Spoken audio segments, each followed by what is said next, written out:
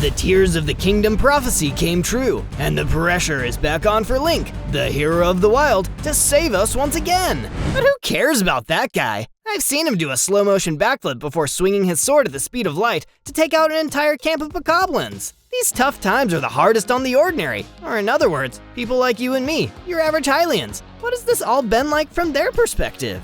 But okay, maybe I'm being a little harsh on Link. My last video was something of a love letter to the guy. But have you seen Hyrule? The place is covered in gloomy goop, again! Not to mention, my house is gone, Princess Zelda is missing, and all those monsters are horny now! Look at those horns! That's crazy. So what to do? Well, the good news is that even though we can't lift things with our minds, we are organized. And that's how we're gonna make it through this mess. I know some of you are wanting to explore this mess on your own, but don't worry, this video isn't going to spoil any of the discovery for you, as I'm in the early days of this myself. We certainly won't be getting into anything major anyway, that'll have to happen another time. So today, I'll show you how us Hyruleans survived the early days of the Upheaval, including my personal first-hand experience of the Upheaval in real time, and my epic journey from Hateno to Lookout Landing. So let's hop back in time. Back to before the world was thrown into chaos once again. Link had destroyed the calamity, Zelda had returned, and there was a palpable feeling of hope in the air. Years passed, and our problems were small compared to what they once were, although that didn't mean there weren't any problems to be had. Rumors of a mysterious gloom seeping out from under Hyrule Castle had begun to spread, and people were getting nervous. It had been so long since I had a video project, so I began to plan for a journey to the castle from Hateno where I lived to investigate the rumors. But I was suddenly faced with a more immediate problem. I was getting evicted. I'll explain more at the end of the video, but during the Breath of the Wild era, I lived in this house, renting from Bolson. But if you've visited Hyrule recently, you'll notice that the neighborhood now looks like this. That's right, I was homeless once again. Which is disappointing, because you all know that I've thought extensively on the topic of where the best place to live in Hyrule is. And right when Hateno was really becoming quite the hotspot for growth. But again, more on that later. Now homeless, I really had no other option than to head for the castle to do some investigating of my own. The rumors of the mysterious gloom had become verified reports, and it sounded like even Zelda and Link were going to be headed there. I had to hurry if I was going to be able to go in with them. But Hateno to Hyrule Castle is quite the journey. Looking at the map, my path was clear. I needed to head down the hill from Hateno, across the Ash Swamp, through the split of the Dueling Peaks, across the Proxim Bridge, then make a sharp turn to the north across Hyrule Field until I reached the castle. It was going to be a long journey, but before we begin, I have some good news. I finally got enough funds to buy myself a horse. Enough of you have been kind enough to watch the videos and support the channel, which has elevated the channel to the point where sponsors have started to reach out too. So I didn't have to take this journey on foot thanks to the sponsor of today's video, which raises the question, have you ever loved a game so much that you wished you could really live in that world and explore it through the eyes of the people who live there? Personally, I'm too busy to create something like that. But today's sponsor, Raid Shadow Legends, has done just that by creating their own animated limited series. The series is called Raid, Call of the Arbiter, with new episodes coming out every Thursday at 10 a.m. Eastern until July 20th. They've already dropped 3 episodes as of this recording, with over 5 million views total on their first 2 episodes, which is pretty nuts, to be honest. I mean, some people only know Raid for their memes, but here they are dropping animated series that are getting crazy good views. Honestly, I was a bit surprised and skeptical about the whole thing when they reached out, but the first couple episodes were actually really good. They've taken a really unique approach by focusing on a different character in each episode, but as I watched, I started to notice small, easy-to-miss details that tied the episodes together. And now, I'm hooked, and definitely will be watching to see how they make the whole story connect. Should make for some interesting storytelling, to say the least. They've also been dropping some behind-the-scenes and extra lore videos on YouTube.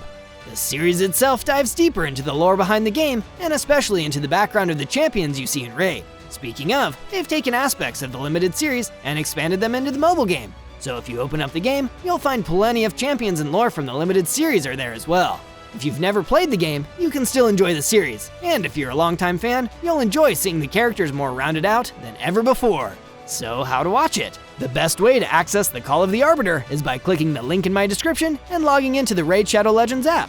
And if you log into it for 7 days between now and July 24th, you'll have a chance to unlock Artak, one of the 5 new characters from the limited series, as a playable legendary champion for free. And if you're a new raid player, you can get some massive bonuses for free too, like the epic champion Drake, just by clicking the link in my description or scanning the QR code. So thanks again to Raid for supporting my channel, and I'd really appreciate you guys clicking on the link and checking out their new series, as that will help support me as well. Now let's head off on our epic journey to Hyrule Castle! By the way, my horse still doesn't have a name yet. Any ideas? Drop them in the comments. I woke up to a beautiful clear morning with my pack full of everything I would need for the long journey to Hyrule Castle. I made my way down to the entrance of the village where my horse was waiting for me. I soon hopped on and we were on our way. Now that the calamity is gone, many of you might be wondering what the whole monster situation is. With blood moons no longer rising, monsters that are killed are gone for good. There's still plenty left, but many of them are cleared out from their usual hiding spots. Only small camps still remain here and there.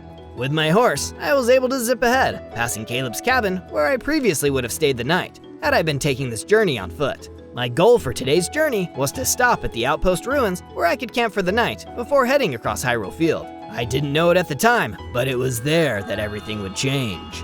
As I passed the Ash Swamp, I reflected on how peaceful the world was and thought about how there was no way things could get any worse than the days of the calamity. I made my way through the crack of the dueling peaks, across the Proxim Bridge, and finally arrived at the outpost ruins. The sky was dark and gloomy, and something felt off. But I shook it off next to the warmth of the fire and slowly slipped off to bed. Suddenly, the land began to shake. It felt like the entire world was turning upside down.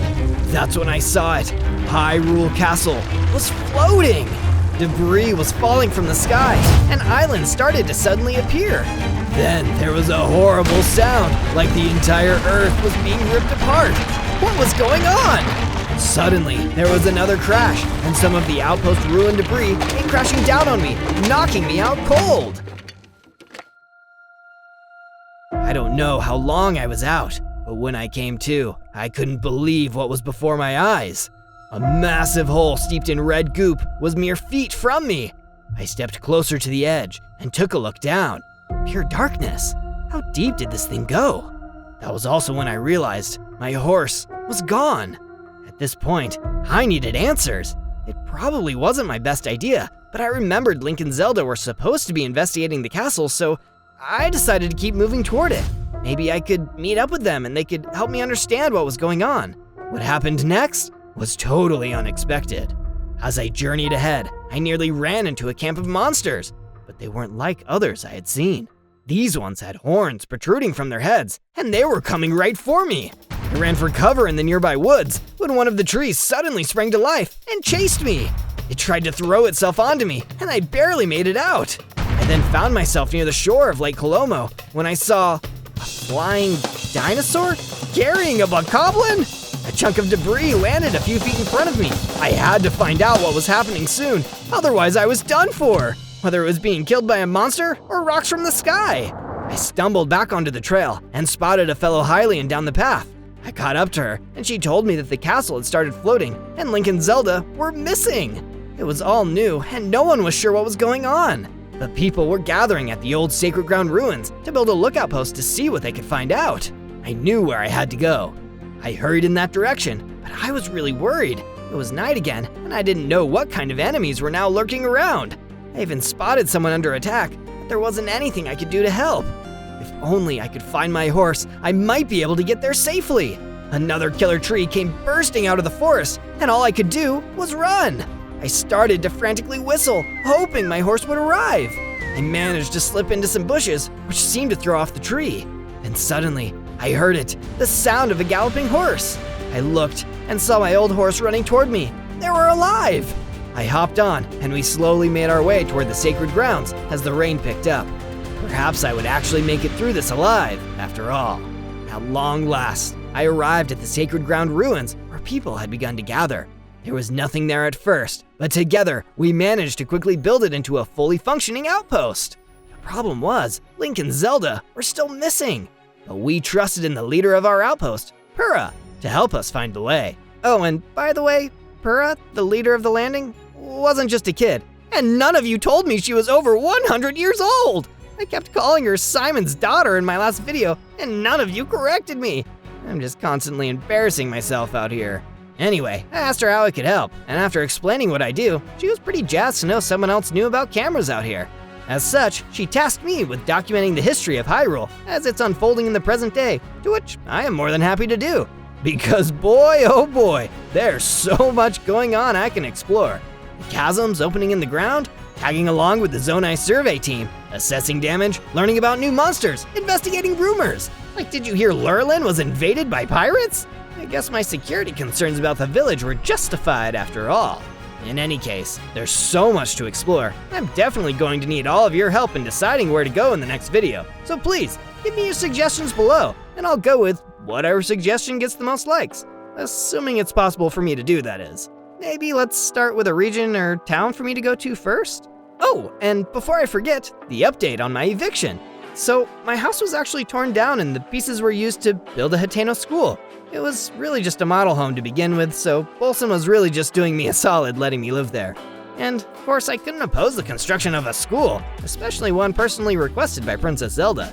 So, I think that means I'm gonna have to reassess what village is the best to live in, but we'll save that for once I've got a clearer picture of what the land is like.